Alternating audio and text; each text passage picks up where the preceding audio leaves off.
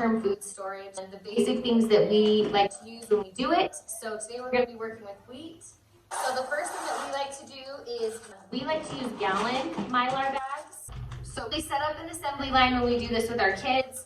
I write on the Mylar bag what we're doing. Today we're doing the hard white wheat, and these are going to fill about 10 cups. So I'm filling the bag, leaving it down a ways. Show them inside the bag, come on.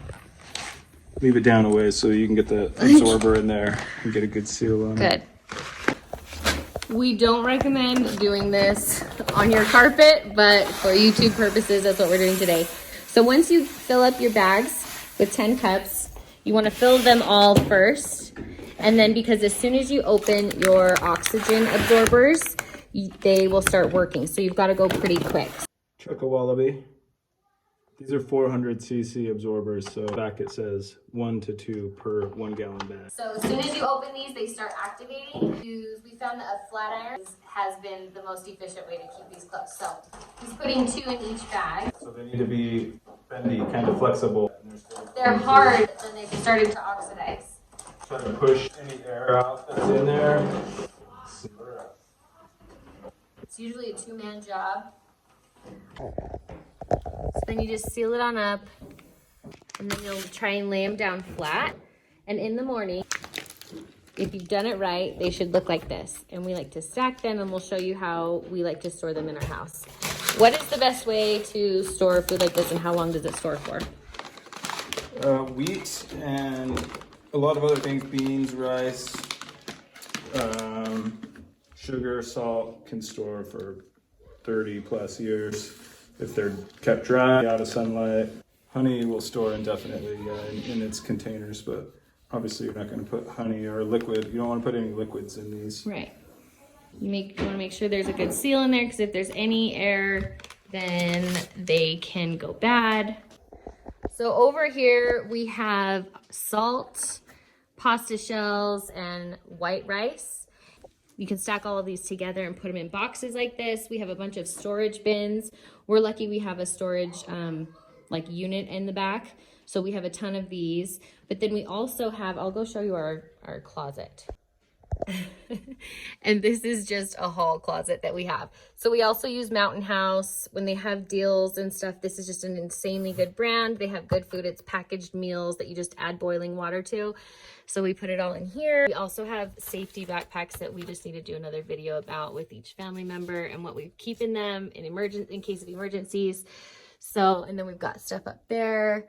As far as storing goes, we've done a whole bunch of things. We've done it under beds in a guest room. We have a storage like unit thing out that we can put all of this in.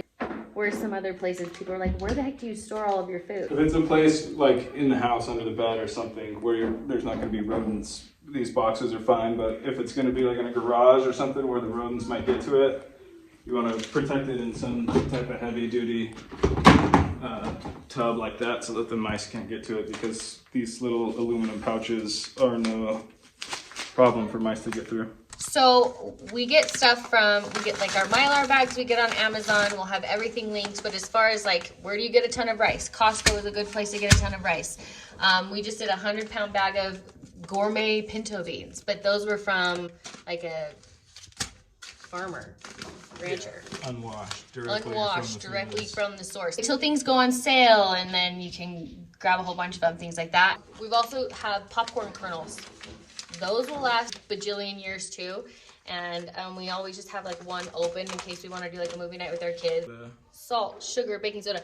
I'm not going to recommend baking soda because as a baker, I know that once baking soda is opened, it's only good for like 6 months, and then it's not very powerful. But you still could have it. Here, look, show the people. Once you seal the bags, you want to lay them down and kind of spread the food around while there's still a little bit of oxygen in there so that they store like side by side in a box. If you don't, it's going to be super fat and you won't be able to fit very many side by side in the box. The flatter the better. The flatter, the easier to store and stack and all those things. So in the morning, those should all look like this. All right, we're going to keep on going. If you have any other questions, just leave them in the comments. And if you have other videos that you want us to do, we have a lot of ideas of what we want to share. But we also want to know what you guys want to see and what you have questions about. And this guy will most likely have the answer and good resources get all the things that you need. That's it. Super simple. Get it done so that you have food stored away just in case. We're gonna keep going here. And yeah, say bye. Bye.